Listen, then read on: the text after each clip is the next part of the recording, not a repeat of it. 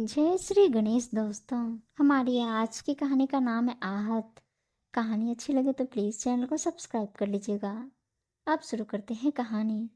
बहुत हुआ सरला, अब मैं अपने स्वाभिमान के साथ समझौता नहीं कर सकता और इस घर में एक पल भी नहीं रह सकता। महेश जी सीमा और विशाल के कांटों भरे तानों से आहत होकर बोले, बिल्कुल सही कह रहे हैं आप। अब मैं भी ऐसे घर में रहना नहीं चाहती। अभी तक मैं यही सोच रही थी कि शायद एक दिन परिस्थितियां सही हो जाएंगी, लेकिन अब पानी सिर से ऊपर गुजर चुका है।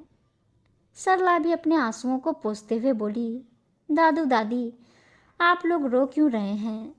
7 साल की चुनमुन उन दोनों के आंसुओं को अपने नन्हे नन्हे हाथों से पोंछते हुए बोली, कुछ नहीं बेटा, बस आंख में तानों का कंकर चला गया। महेश जी और सरला जी व्यथित होकर बोले, हमें मालूम है आपको मम्मी पापा ने डांटा है, इसलिए रो रहे हैं आप लोग। और वह दोनों भी रोते हुए दादू दादी से चिपक गई।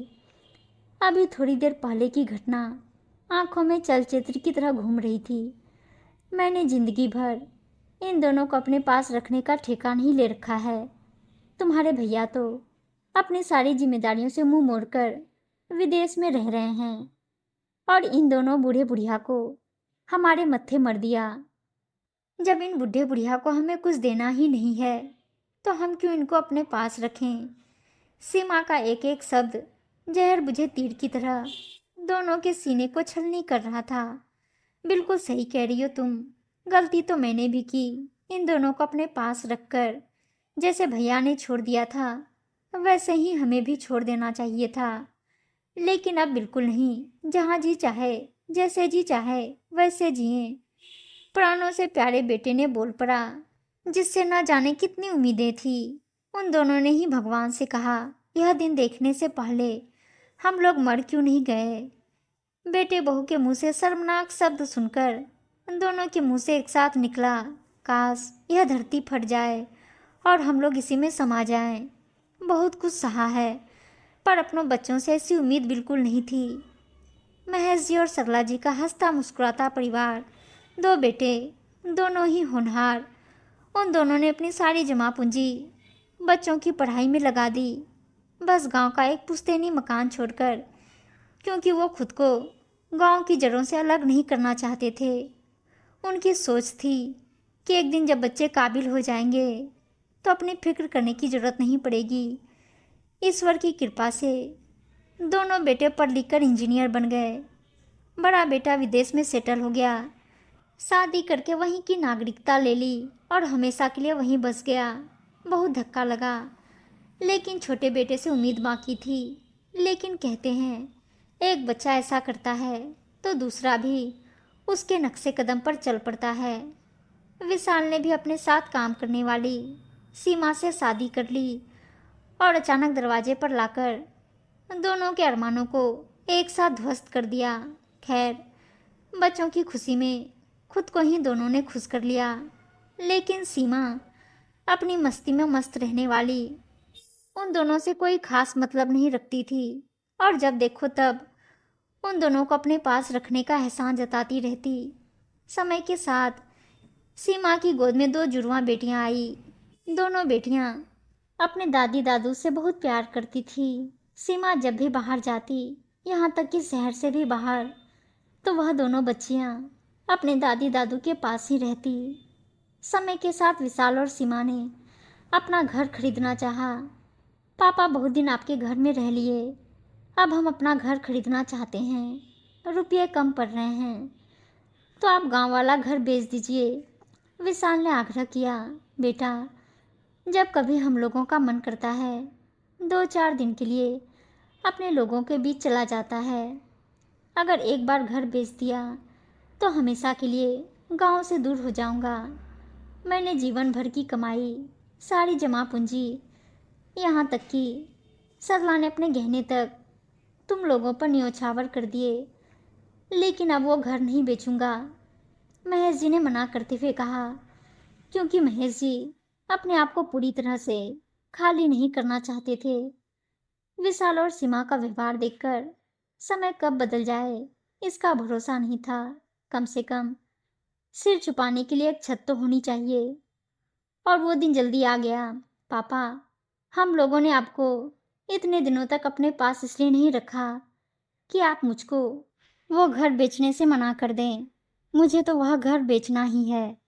अब तो विशाल तकरार करने लगा। और क्या, आप लोगों को हराम की रोटी इसलिए नहीं खिलाई थी कि समझ लीजिए, वो अगर इतने दिनों तक रोटी खिलाई उसका किराया है। सीमा भी तराक से बोली, अच्छा, तो अब इन लोगों की निगाह मेरी आखिरी जायदाद पर है, लेकिन मैं वो घर नहीं बेचूंगा, चाहे जो कुछ भी हो जाए। महेश जी और सरला जी ने कठोर फैसला ले लिया। उसी दिन से सीमा और विशाल उल्टी सीधी बातों से हर पल उनका सीना छलनी करते रहते। लेकिन वे दोनों सिर्फ चुनमुन के कारण ही रुके थे, और आज तो उन दोनों ने सारी मर्यादा तोड़ दी। मम्मी पापा की जगह बुढ़ा बुढ़िया तक कह डाला। वे दोनों गांव जाने की तैयारी करने लगे। दादू दादी, आप लोग कहाँ जा रहे हैं?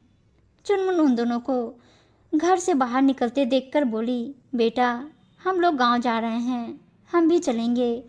और दोनों उनके पैरों से लिपट गई। नहीं मेरे बच्चों, तुम लोग यहीं अपने मम्मी पापा के पास रहो। हाँ, जब बड़ी हो जाओगी तो अपने दादू दादी से मिलने जरूर आना। दोनों ने रोते हुए बच्चों को बेहद कठोर बनकर अपने से अलग किया और बाहर निकल गए। आज तक वे दोनों सिर्फ मोह ममता में ही फंसे थे। विशाल और सीमा दूर से देखते रहे, एक बार भी रोकने की कोशिश नहीं की। वे दोनों गांव चले गए।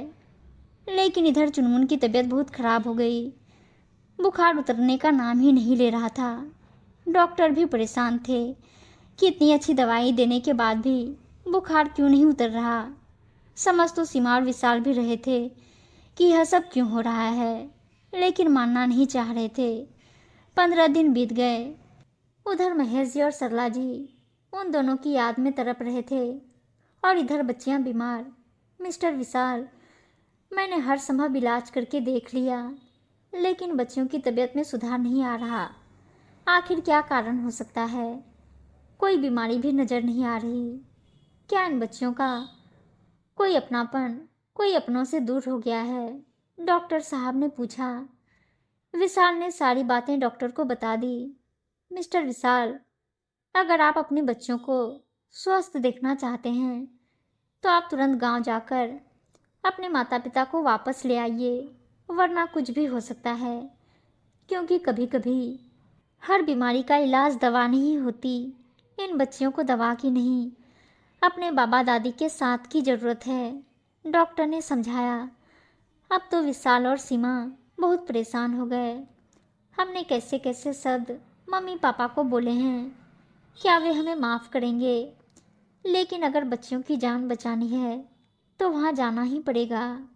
अगर धुतकार भी देंगे तब भी ज़बरदस्ती लेकर आऊँगा।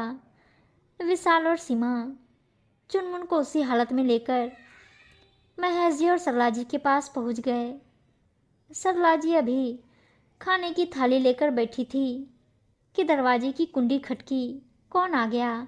दरवाजे पर विशाल और सीमा को देखकर चौंक गई। दोनों ने ही दोनों बच्चियों को गोद में उठा रखा था।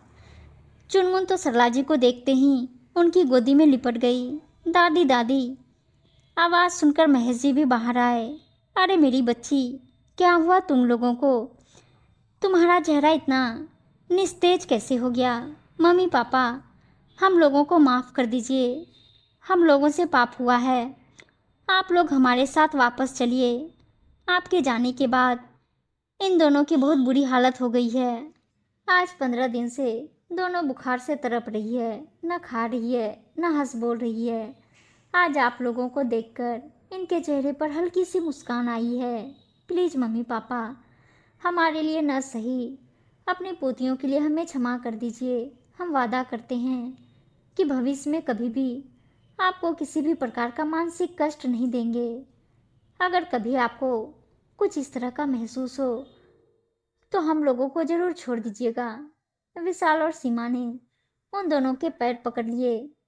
हाँ मम्मी पापा, मेरी बच्चियों की ज़िंदगी मेरी झोली में डाल दीजिए।